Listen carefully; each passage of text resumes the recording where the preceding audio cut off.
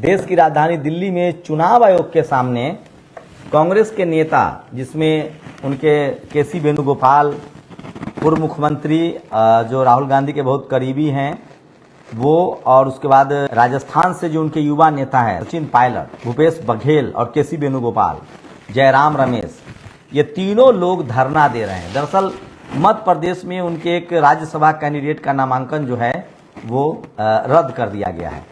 तो ये बड़ी खबर है जो मैं आपको बता रहा हूं, और इसी बहाने कुछ खबरें भी बता। चुनाव आयोग और बीजेपी की मिलीभगत के और कितने सबूत चाहिए, अजीत अंजुम ने ये ट्वीट किया है। तो ये तमाम खबरें बता रहा हूं। सबसे बड़ी खबर है, वहीं ममता बनर्जी जैसे ही चुनाव हारती है बंगाल में, उनके पहले 50 विधायक चले गए, उससे राज्यसभा की सीटें वहां बीजेपी को बढ़ जाएंगी, और साथ ही 20 से ज्यादा उसके सांसद आ गए इस तरफ। तो ये लोकतंत्र है, और सोचिए इसी तरह के हालात बनते जा रहे हैं। लेकिन सवाल है कि कहीं ना कहीं इस तरह के खेल कांग्रेस ने भी किया है, लेकिन तब वो दौर था जब सोशल मीडिया नहीं था, और तब टीवी अखबार में कांग्रेस के खिलाफ बोला जाता था, पढ़ा जाता था, लिखा जाता था। लेकिन आज बीजेपी के लिए सबसे अच्छी बात है कि कोई टीवी अखबार उनसे सवाल नहीं उठाता है, उनसे कोई प्रश्न नहीं पूछता है। लेकिन सवाल मेरा आज की जनता से है। ममता बनर्जी की पार्टी में जितने जनरल कैटेगरी के विधायक और सांसद हैं वो सब बीजेपी की तरफ रुख मोड़ रहे हैं। कांग्रेस से भी दर्जनों, मैं नहीं कह रहा हूं, 100 से ज्यादा बड़े नेता बीजेपी की तरफ गए हैं। कुछ तो मुख्यमंत्री बने हुए हैं, जैसे हेमंता बिश्व शर्मा कांग्रेस से आकर मुख्यमंत्री बने हुए हैं। उसी तरह से बीजेपी आरएसएस से आए हुए नेता भी कांग्रेस में मुख्यमंत्री बने हैं, रेवंत रेड्डी। तो जनरल कैटेगरी के नेताओं के लिए कितना आसान है इधर से उधर हो जाना, लेकिन सोचिए दलित पिछड़ों के लिए कितना मुश्किल है। लालू प्रसाद यादव जेल चले गए, लेकिन उन्होंने कभी विचारों से समझौता नहीं किया। क्यों? क्योंकि वो सड़क से चुनकर आए थे, आइडियोलॉजी थी, उनकी विचारधारा थी। मायावती जी पर बीजेपी बी टीम का आरोप लगाती है। क्या कोई कह सकता है कि मायावती जी ने बीजेपी के किसी नेता के साथ मीटिंग की होगी? और ये कहने वाले कौन लोग हैं? सब जनरल कैटेगरी के। चंद्रशेखर आजाद पर भी इसी तरह के आरोप लगते हैं कि अरे वो तो बीजेपी के मैनेज टीम है। अखिलेश यादव जा सकते हैं क्या बीजेपी में? तेजस्वी यादव, रामविलास पासवान एकमात्र दलित समाज के नेता हुए जिन्होंने कभी कोई पार्टी नहीं ज्वाइन की।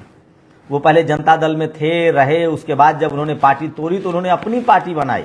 नीतीश कुमार भी कभी जनता दल से टूटे तो वो कभी दूसरे दल में नहीं गए, उन्होंने गठबंधन जरूर किया। तो अभी भी मैं कह रहा हूं, जो विचारधारा से लोग हैं, अनुप्रिया पटेल गठबंधन की राजनीति में है। गठबंधन अलग चीज है और सीधे चले जाना अलग चीज है। तो बहुजन समाज के नेता अभी भी गठबंधन करते हैं, राजभर अभी भी गठबंधन कर रहे हैं। लेकिन सोचिए बहुजन नेताओं पर गठबंधन करने के बावजूद उनको कितना आलोचना सुनना पड़ता है, और तमाम अपने लोग भी करते हैं। तो बहुजन समाज में एक अलग तरह की ईमानदारी है, लेकिन जनरल कैटेगरी के नेताओं के लिए आसान है, इधर से उधर, उधर से उधर। तो मैं ये कह रहा हूं कि सोचिए बंगाल में मुस्लिम समाज ने टीएमसी को वोट दिया, अब मुस्लिम वोट से जीते लोग सब जा रहे हैं बीजेपी में। बिना जीते उनको 20 सांसद, 50 विधायक मिल रहे हैं। इसलिए मैं कह रहा हूं बहुजन समाज के लोगों से कि दलित, पिछड़ा, किसान, आदिवासी, अल्पसंख्यक विचारधारा के आधार पर वोट दें और सड़क का नेता चुनें। बीजेपी के जो सारे ये नेता जा रहे हैं ये सब धन्ना सेठ हैं, अमीर हैं। मैं इनको दल बदलू नहीं कह सकता हूं क्योंकि ये संवैधानिक उनको अधिकार है, लेकिन इनकी आर्थिक हैसियत चेक कीजिए। बीजेपी से वही लड़ सकता है, सत्ता से वही टकरा सकता है मान्यवर कांशीराम साहब, कोई अकाउंट नहीं था। लालू यादव, नीतीश कुमार, शरद यादव कांग्रेस से भी लड़े और बीजेपी से भी लड़े, मुलायम सिंह यादव, मायावती जी, क्योंकि ये लोग भ्रष्ट नहीं हैं। इनको मीडिया ने बदनाम कर दिया कि ये लोग भ्रष्ट हैं। दल वो लोग बदलते हैं जिनके पास अकूत पैसा है, मोटी संपत्ति है। इसलिए मैं बहुजन समाज के लोगों से गुजारिश कर रहा हूं कि आप सड़क का नेता चुनिए जो आपके विचारधारा में पका हो, जगदेव बाबू की तरह, रामस्वरूप वर्मा की तरह, सोनेलाल पटेल की तरह, जिनकी शरीर की सारी हड्डियां टूट जाए, बाबा साहेब की तरह। सोचिए बाबा साहेब कानून मंत्री थे, उनका बिल नहीं पास हुआ, इस्तीफा दे दिया, जगदेव बाबू की हत्या कर दी गई। मैं फिर कह रहा हूं ऐसे ही नेता चुनना पड़ेगा आपको सड़क से, जिसके पास पैकेट न हो। जननायक कर्पूरी ठाकुर को कोई डिगा सकता था क्या? बीजेपी से ज्यादा रौद्र रूप था उस समय कांग्रेस का, उससे लड़े बाबा साहेब। मान्यवर कांशीराम साहब 412 सीटें जीत के आई थी कांग्रेस, लड़े क्योंकि उनके पैकेट में जेब नहीं था। रामस्वरूप वर्मा साहब लड़े, सोनेलाल पटेल लड़े, ऐसे तमाम नेता जिनका मैं नाम नहीं जानता हूँ। डीएमके लड़ी, तो बहुजन समाज को कम से कम हमें हमारे लिए लोकतंत्र बहुत जरूरी है। हमारे पास, हम लोग कोई राजा महाराजा नहीं है, हमारे पास शहर नहीं है, जमीन नहीं है, पैसा नहीं है, हमारे पास सिर्फ लोकतंत्र है। तो हमें ऐसा नेता चुनना चाहिए, पार्टी मत देखिए, विचारधारा देखिए, जिसके अंदर सामाजिक न्याय, सोशल जस्टिस, आपके लिए किसी भी दल में रहकर आपके लिए कम से कम पॉलिसी बनाए। मैं तारीफ नहीं कर रहा हूं, अब नीतीश कुमार मुख्यमंत्री नहीं बन पाएंगे, एक बात बता रहा हूं, वो हमेशा सोशल जस्टिस के पक्ष में रहे, उनके जवानी के भाषण सुनिए। जाते जाते भी आप बताइए कि पॉलिसी किस तरह की बनाई।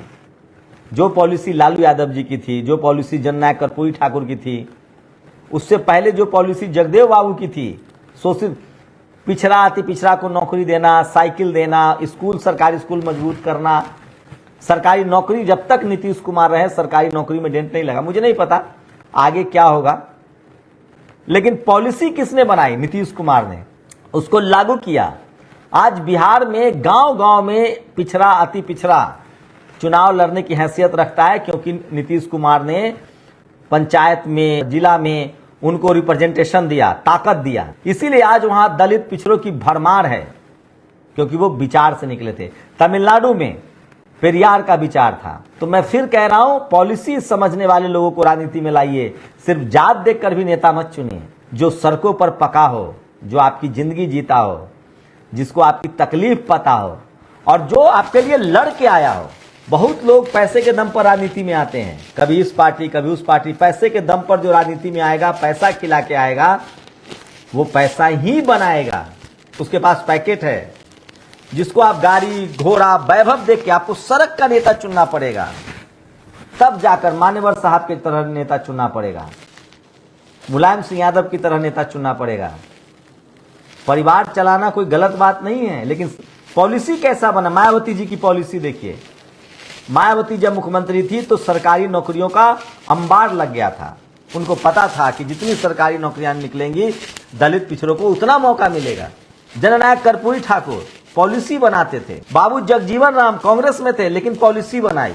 जनता दल के प्रधानमंत्री बने मोरारजी देसाई, लेकिन उन्होंने पॉलिसी नहीं बनाई आपके पक्ष में। बीपी मंडल साहब कांग्रेस में थे, लेकिन पॉलिसी बनाई। इंदिरा गांधी के समय इतने मजबूत थे बाबू जगजीवन राम, रक्षा मंत्री भी रहे तो पाकिस्तान के 2 टुकड़े हुए, रेल मंत्री भी रहे, तमाम तरह के उन्होंने पॉलिसीज बनाई। बाबा साहब का तो खैर हम तुलना ही नहीं कर रहे हैं। तो बहुजन समाज के हितों के रामविलास जी सामाजिक न्याय सोशल जस्टिस से निकले थे। उन्होंने जिस मंत्रालय में रहे उस तरह की पॉलिसी बनाई। तो नेता पॉलिसी बनाने के लिए होता है। ऐसा नेता चुनिए जिसको सोशल जस्टिस, सामाजिक न्याय पता हो, जो आपके लिए पॉलिसी बनाए। आप जात देख के या पैसा देख के, अमीर गरीब देख के, आज बीजेपी क्या कर रही है? उसकी विचारधारा है गाय गोबर गौमूत्र, राम मंदिर में 200 करोड़ रुपए आए हैं 1 साल में। अभी विनय कटियार, सोचिए, युवा यूथ नेता थे ओबीसी समाज के, वो ट्रस्ट में नहीं है। चंपत राय बंसल ट्रस्ट में है, बंसल जी। तो बीजेपी का एजेंडा अलग है। उनका एजेंडा स्कूल अस्पताल बनाना नहीं है साहब। आरएसएस का एजेंडा हिंदुत्व की राजनीति है। स्कूल अस्पताल से ज्यादा उनको मंदिर चाहिए, क्योंकि उनके हित वही सुरक्षित हैं। जितना भारत नहीं पढ़ेगा, जितना भारत सवाल नहीं करेगा, उतना ज्यादा बीजेपी का वोट बढ़ेगा। उनके समाज के लोग पढ़े हैं। जनरल कैटेगरी के लोग क्या है? उनके पास पढ़ाई लिखाई भी है, वो विदेश पढ़ते हैं, संपत्ति है, बिजनेस है। न उनके लिए सरकारी स्कूल की जरूरत है, न उनको सरकारी अस्पताल की जरूरत, उनको प्राइवेट अस्पताल, प्राइवेट स्कूल, उनके पास अकूत संपत्ति है, धन है। ऐसे थोड़ा बहुत ओबीसी एससी में हुए हैं, लेकिन बहुत कम है। जाति जनगणना करवा लीजिए, दूध का दूध और पानी का पानी हो जाएगा। तो आपको ऐसा नेता चुनना पड़ेगा जो धर्म के बदले रोजगार की बात करे, स्कूल अस्पताल की बात करे। वो अभिजीत ने ठीक कहा कि धर्म की राजनीति से नौकरी नहीं मिलेगी। राम मंदिर में 200 करोड़ रुपए आए, लेकिन वो आपके काम नहीं आएंगे। वहां कोई दलित, पिछड़ा, किसान, आदिवासी, अल्पसंख्यक ट्रस्ट में नहीं है। उनके बच्चे के लिए स्कूल नहीं बनेगा, उनके लिए अस्पताल नहीं खुलेगा। आस्था है, अच्छी बात है, लेकिन आप आस्था जहां रख रहे हैं रखिए, लेकिन आपका हित कहां है? आपके बच्चों का हित कहां है? आपका भविष्य कहां है? ये भी आपको सोचना पड़ेगा। तो जब आप सड़क का नेता मायावती जी, कांसीराम साहब, रामविलास पासवान, नीतीश कुमार, लालू यादव, जगदेव बाबू, जननायक कर्पूरी ठाकुर, करुणानिधि जैसे नेता चुनते हैं, तो वो पॉलिसी बनाता है स्कूल अस्पताल।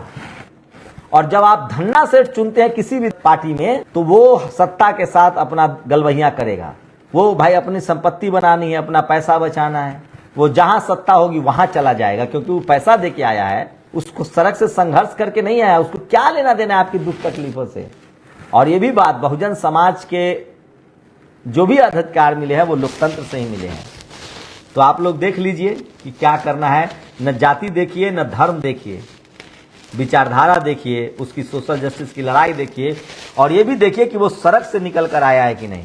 मैं इसीलिए कह रहा हूं, आरजेडी ने शिवचंद्र राम को अगर एमएलसी बनाया होता या किसी सतीश दास को या किसी दलित पिछड़ा के बेटा को, तो वो पॉलिसी बनाता। उन्होंने अपने कोषाध्यक्ष को, मैं सही बात बता रहा हूं, ये जो जयंती नटराजन पर बवाल कटा हुआ है क्योंकि वो आइडियोलॉजिकली कांग्रेस की बड़ी सपोर्टर है। अब राहुल गांधी कांग्रेस में आइडियोलॉजिकल लोगों को ला रहे हैं क्योंकि उनको पता चल गया है कि आइडियोलॉजिकल लोग नहीं लाएंगे तो वो सब भाग जाएगा, डर से भाग गए लोग। ममता बनर्जी को छोड़ दिया जैसी सरकार गिरी। अखिलेश यादव के 5-6 विधायक भाग गए, मेन वक्त पर राज्यसभा के चुनाव के समय भाग गए थे, एमएलसी का शायद चुनाव था। तेजस्वी यादव के कुछ जनरल के विधायक भाग गए थे। तो उनका कुछ नहीं बिगड़ेगा, अखिलेश जी का कुछ नहीं बिगड़ेगा, तेजस्वी यादव का कुछ। मैं बहुजन समाज के लोगों से अपील करता हूं कि आप सड़क का नेता चुनिए जो सड़कों पर पका हो, जो पहले से आपके लिए आंदोलन चलाता हो, मिशन मूवमेंट में हो, जैसे जगदेव बाबू, जननायक कर्पूरी ठाकुर, सोनेलाल पटेल, मान्यवर कांसी राम साहब, रामविलास पासवान, लालू यादव, नीतीश कुमार, जो आपके लिए पॉलिसी बनाए। सोचिएगा जरूर, कमेंट जरूर कीजिएगा। बहुत बहुत शुक्रिया। नेशनल दस्तक की आपसे गुजारिश है कि अगर इसको बचाना चाहते हैं तो नेशनल दस्तक को सब्सक्राइब करने के लिए रेड कलर के सब्सक्राइब बटन को दबाएं, फिर बेल आइकन की घंटी दबाएं। नेशनल दस्तक को बचाने के लिए बहुत जरूरी है कि हर खबर को शेयर करें, लाइक करें, कमेंट जरूर करें।